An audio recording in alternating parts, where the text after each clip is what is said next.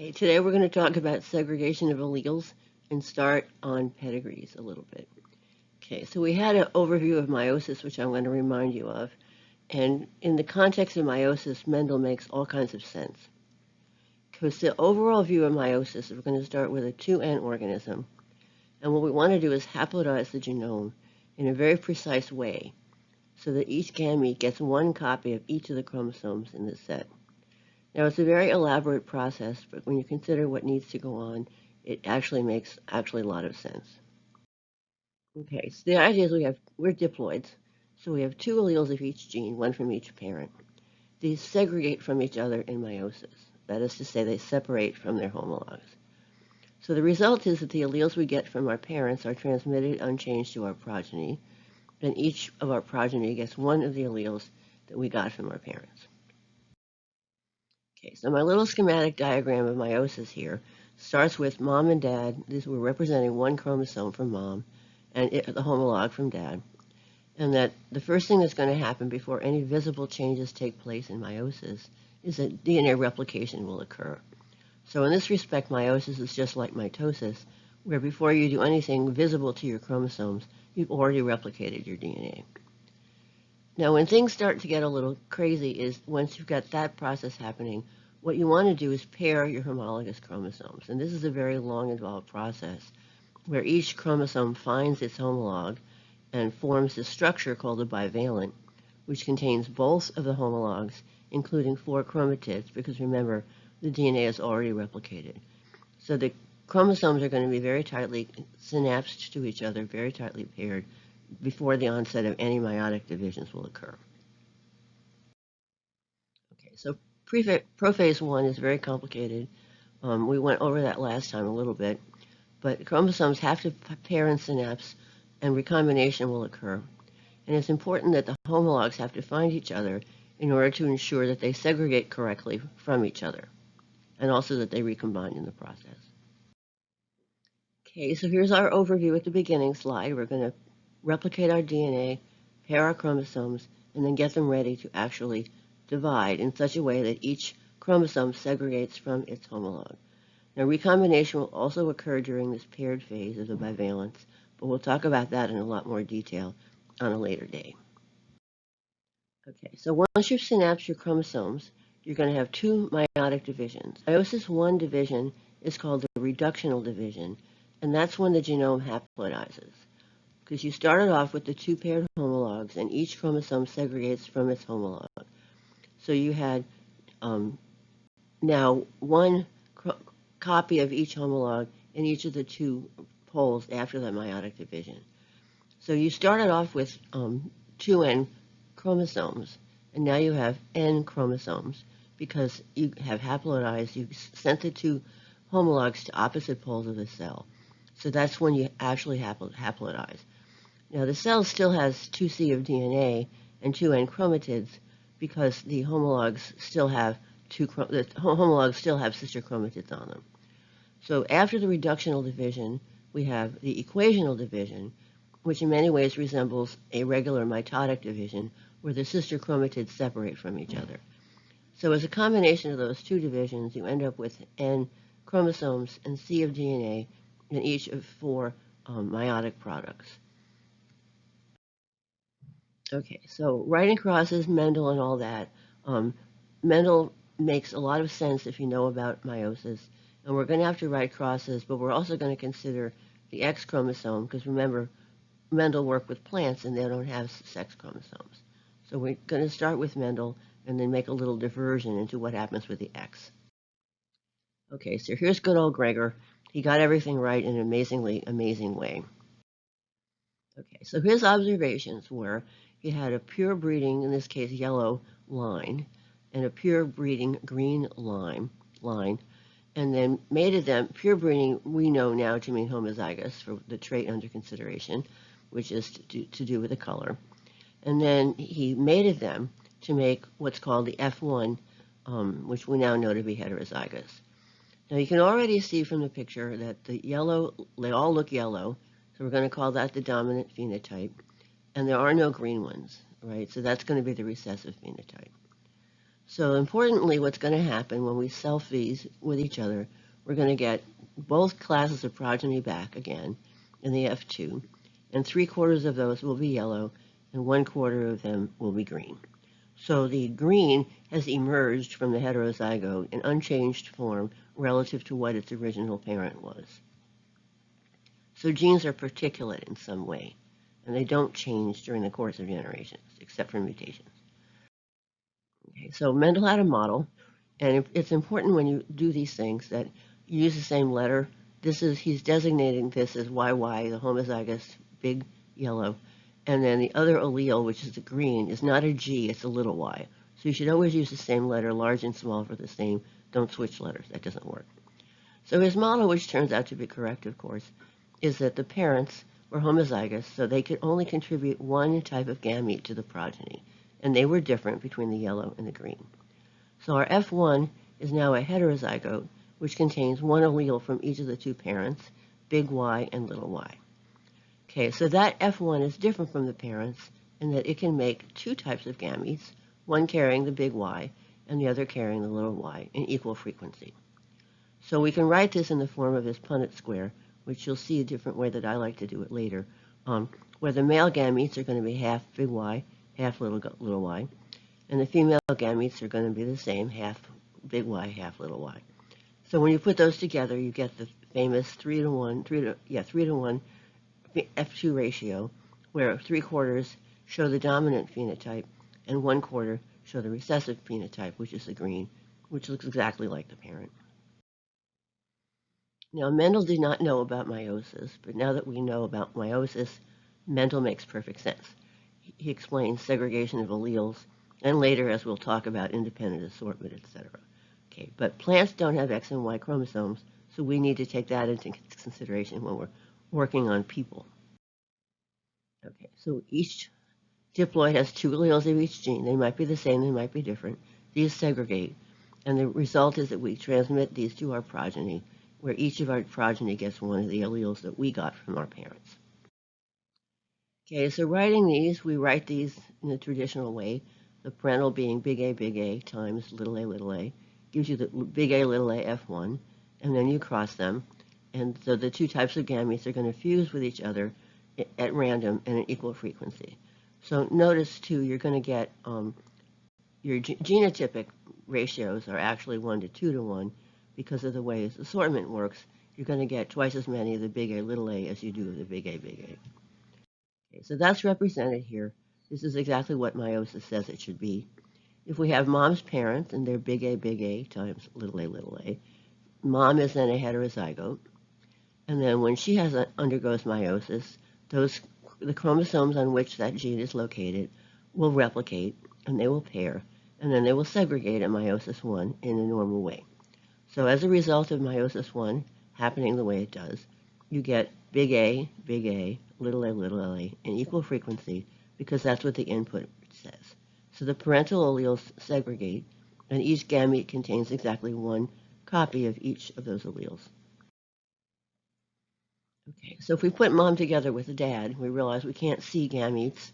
In genetics, we always have to infer things from the progeny. But if we look at progeny, we can say, okay, mom makes two types of gametes, big A and little a, equal frequency. Dad also makes two types of gametes in equal frequency. And when you have random fusion, that produces the expected Mendelian progeny. Okay, so I like to draw these with these silly little arrows. I'm just taking mom's two gamete types and dad's and fusing them at random by drawing little arrows. So for example, if dad has a big A in this particular gamete, it might fertilize a little a, right? Or else that particular type of gamete might fertilize a big A, equally likely.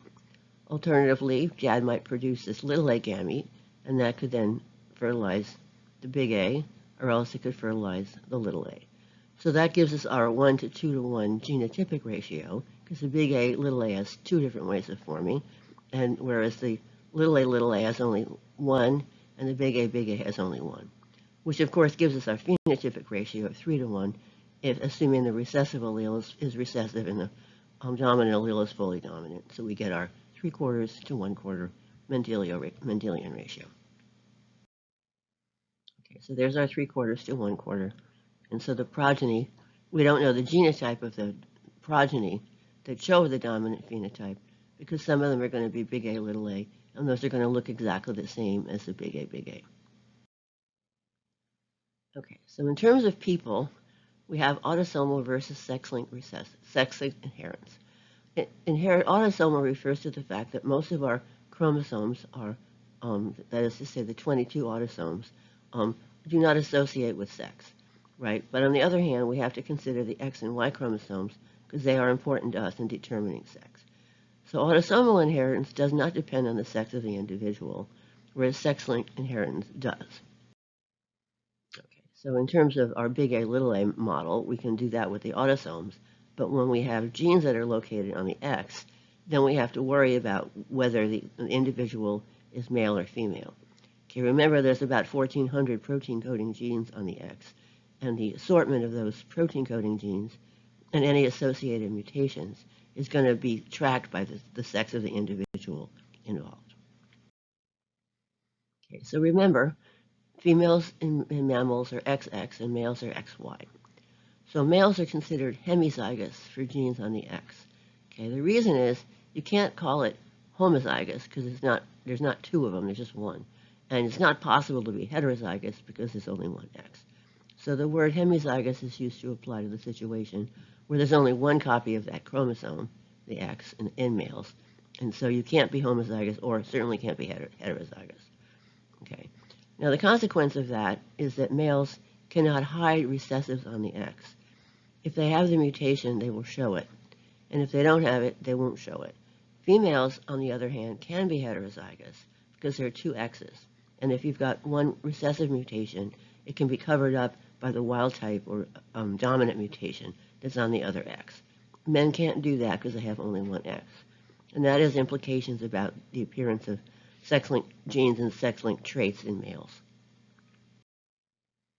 Right. So transmission, this is important to keep in mind and remember from now on, that if males give their Y chromosome to their sons, right, to be a son, you've got to get your Y chromosome from your dad. So conversely, you cannot get your X from your father if you're a son, because you wouldn't be a son that way. So dad cannot transmit his X to his sons because they're sons. On the other hand, all of the daughters get dad's X. They can't get the Y or else they would be sons also. So daughters will always inherit any X-linked genes from dad because he has one X to give, and that's the one they got. The second X, of course, comes from mom. So they themselves can hide any recessives that came from dad or mom, but realize that they can be heterozygous, but they certainly necessarily would inherit whatever's on dad's X. Okay, so here's a little diagram here. Okay, I've got this female, and she's heterozygous. She's got one big A and one little a on her two X chromosomes. And so she can be heterozygous, whereas a man can't. He's got one X, and either it's got the dominant wild type big A allele and the Y, or else the little a allele and the Y. So even if it's a recessive trait, he can't hide it because it has no wild type to cover it up with. So in terms of ramifications here, if we have a colorblind dad, for example, he's got the colorblind allele on his X, and he's got the Y. And we're going to mate him times a normal mom who's homozygous for the wild type allele. So what's going to happen to the X chromosome, it will fuse with a wild type X from the mom, and the daughters will necessarily be heterozygous. They will get the colorblind allele from their dad and the wild type allele from their mom. They won't show the trait because the wild type allele is covering it and it's recessive, but they aren't necessarily carriers.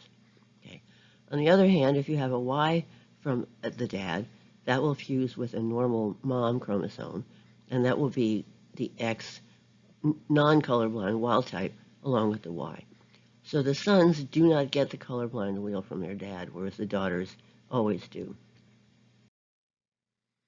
Okay, sex-linked genes are passed from a father to all of his sons, all of his daughters, all of his sons and daughters, half his sons and half his daughters, half of his daughters and none of his sons. Yes, it's B, all of his daughters. Not to say they show the trait, but they will get that X chromosome. In human, males inherit X from their mother, cannot pass their X to their sons, are hemizygous for X-linked genes, inherit sex-linked traits from their fathers, all except D are true. Well, we vote for E. Okay, so now we're moving on to talk about pedigrees, which is very different from Mendelian crosses, where you're looking at large numbers of progeny and what you know to be the genotypes of the individuals that are being crossed. So in people, there's a lot of differences, same principles in general, but there's some differences in how you approach looking at them. Okay, so there's 4 traditional possibilities for the mode of inheritance of any particular trait. These are autosomal recessive, autosomal dominant, sex-linked recessive, sex-linked dominant. Now, there are also Y-linked genes, but these are not generally considered as part of as pedigree material for some reason. Okay, so here's some of the rules, and you don't need to know all of these, but you should know the important ones. The squares are males, and the circles are females, and if the male is affected, the square is colored in, and if the female is affected, her square is colored in. Okay, the horizontal bar between a man and a woman indicates a mating or marriage, and then you have this little configuration which depicts the parents and then the children. So you have this horizontal bar, and all the children connected in order. Okay, so there's other things that some people use and some people don't. If somebody is known to be heterozygous or inferred to be heterozygous, you color in their symbol halfway. So it implies big A, little a, for example. Now, some people use this and other people don't. For a carrier of sex-linked recessive traits, particularly for the females, you just put a little dot. But you can fill, some people do the half-filled square, but others just put in a little dot either way. Okay, and the other one you should pay attention to is the prepositus here, where there's a little arrow pointing at a particular individual. Okay, so that's what people, if somebody's brought in for genetic counseling, for example, to find out if there's a problem, that's the person who's being examined within the context of the family. And the other one, which is sometimes but not always used, is a consanguineous marriage, where between the people you draw 2 horizontal lines, not just one. Okay, the consanguineous means that they're related, for example, if they're first cousins. That can be relevant in terms of when rare recessives start coming out. It's very often the result of marriage between cousins. Okay, so here's a good old standard pedigree, and there's, as you can see, there's some stuff that's a little weird about how it's depicted. Like, well, for example, we've got the parents in generation 1. We don't know their second allele, right? That we know they've got the wild type phenotype, but this little dash is used to show that we don't know what the other allele is. Okay. The other sort of odd thing here is that when you have people that are marrying into the family, they're assumed to be wild type for both alleles. Now, if it's a rare trait, they probably are wild type for both alleles, but and if you're given reason to think that they are a carrier, okay, fine, you put that in.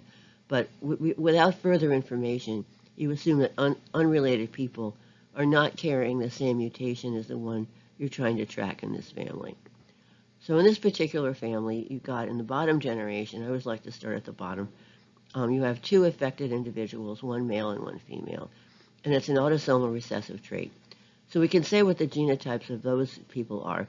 They're both little a, because they're showing the trait and it's recessive. The other kids in that same family are shown as big A something because they may or may not themselves be carriers. They certainly don't show the trait, so they're not little a, but they may or may not be big A, little a, or big A. You just don't know. Okay, in this family, those 2 affected kids emerged from a consanguineous marriage as depicted between 3-5 and 3-6. Notice the people in the generations are numbered. Okay, and those 3-5 and 3-6 are actually first cousins. The mom's dad and the father's, well, the mom and dad are first cousins. The husband, his mom is the sister of her dad, right? So they are first cousins. So this is a consanguineous marriage. And the fact that these 2 people both are clearly carriers because they have affected children, that will allow us to tell that the individual 2-4 is also a carrier. Similarly, 2 is also a carrier because they both passed on this trait to their children and then to their grandchildren. Now in the top, 1, 1 or 1, 2, one of them is a carrier in order to have given it to their children, but not both of them, not necessarily anyway. So you know that one of these is a carrier to give that allele into the family, but you don't know that both of them are, so you can't assume that. And again, the people in generation 3, we know that their mom was a carrier, so some of them are likely carriers also. But until they have their own children, we don't know who's a carrier and who's not. They could be either big A, or big A, little a. It's just, we don't know that. Okay, so notice the numbering of generations 1 through 4. Individuals are designated big A something, and the carriers are big A, little a. Okay, this is because they are obligate carriers who passed on the trait, or who got it, are known to get it from their parents. Okay, so, you have to go back and look at this a little bit more, but the people, generation 3, 1 through 4, are all possible carriers because the parents, because their sisters and brothers are, but we don't know which of them actually is carrier and which is not. Okay. Again, people married from outside are considered to be wild type for both alleles, unless there's evidence otherwise. Okay, so the consanguineous marriage idea is important, and because that is when these rare recessives emerge, because 2 different people carry the same mutation as a result of descent in their family, not because of the interaction with the whole population. Okay, obligate carriers. In here, it's a good idea to be able to go through this pedigree and, assuming it's autosomal recessive, figure out who must be carriers. And what you do is you start back at the bottom with the affected people, and if the affected people are little a, then both of their parents had to be big A, little a, etc., and tracking your way back, attributing carrier status to anybody that had an affected child, for sure. Other people may or may not be carriers, and you can't tell for sure, but there's certainly ones that you can tell based on the transmission. I mean, in this family, a lot of them are possibles, but not by any means all proven. Okay, so I filled in the obligatory carriers here based on the people that either passed it on to children or got it from an affected parent. Okay, so you should be able to do this. Like go through and figure out who must be carriers versus who's not necessarily a carrier. Okay, looking at the autosomal recessive traits shown, we know that the unaffected children are some big A, some big A, little a, all big A, all big A, little a. Right? They're all big A, little a because they have an affected mother. Right? So the mother has only little a's to give. So all the children, affected or not, are necessarily carriers. This pedigree also tells us that the father is himself big A, little a, because they do have affected children. So he has to be able to contribute a little a allele to his offspring. Okay, so there's lots and lots of autosomal recessive traits, many that we've talked about, including PKU, cystic fibrosis, etc. Okay, and the way to think about these is that one wild-type allele is enough to give a wild-type phenotype. So if it's a gene that produces an enzyme, ultimately, half of the amount of enzyme is sufficient to avoid disease. So that's one major basis for being recessive.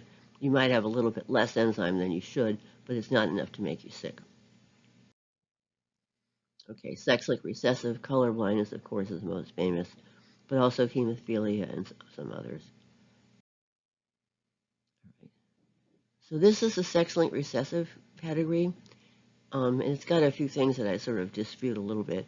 But the idea is you've got, for example, a man that's colorblind, and it's a recessive trait, so we write it as little a. So it's X, little a, Y, implying that this particular mutation is recessive to his wild-type allele.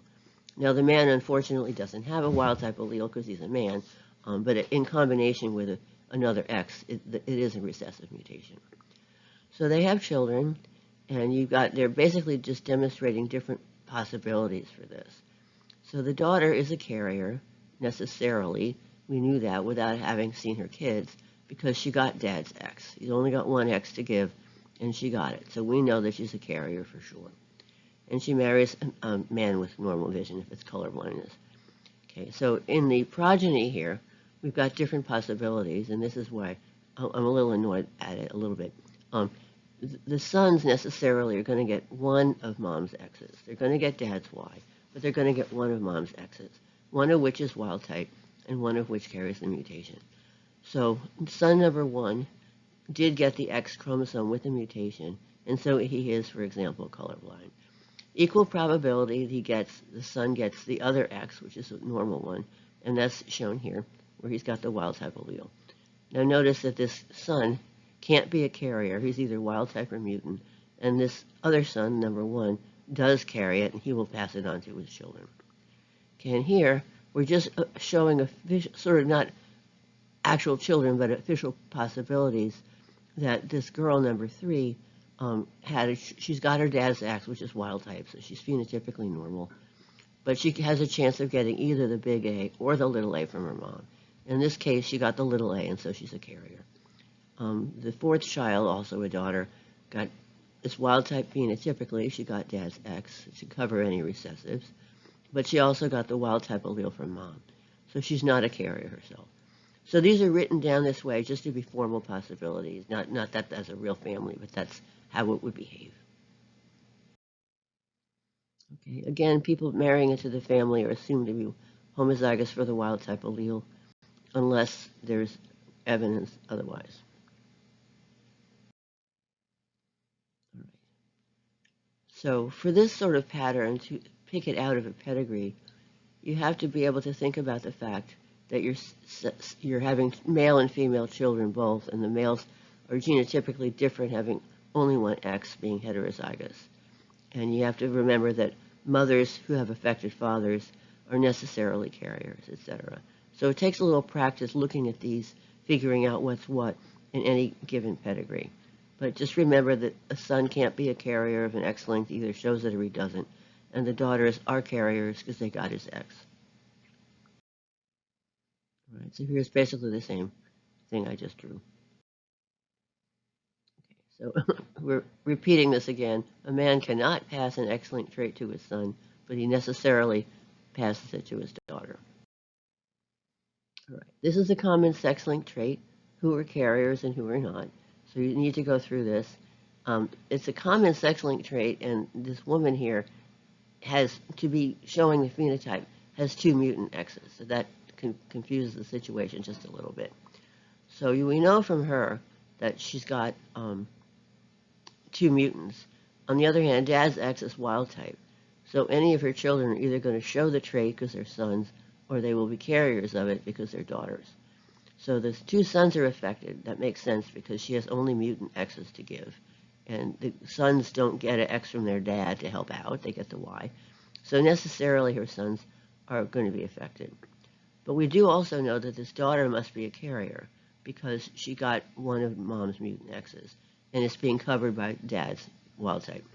Same for this daughter. So those are both obligatory carriers for sure. So you can then trace it back. This son obviously got the disease. The males cannot be carriers, right, because they either got the wild type or the mutant. They don't get both. And then this girl, for example, could be a carrier, but not necessarily, because mom has 2 different kinds of X's. One has a mutation on it, and the other one doesn't. So she might be a carrier. Same here. Same here, right? The other one that's weird, I threw this in just to be annoying. This woman also is a carrier. She has an affected daughter. So the only way you can get an affected daughter out of this is for the mom to herself be a heterozygote. So you have to kind of track through and figure out what makes sense. All right, so here's the answers that all the daughters of the affected grandma are carriers. The sons either show the trait or they don't. They're not carriers. And then you have some girls who may or may not be carriers depending on which X they got from mom, which you don't know at this point because they haven't had kids yet, so you can't track that. And the weird one is where you have this girl having an excellent trait showing it. She got her X from her father, for sure, but she also got one of mom's X's. And the only way for her to have the disease is for one of mom's X's to actually carry the same mutation. So the woman marrying from outside the family, in this case, is in fact a carrier, which is why this particular girl has the disease. Confusing enough.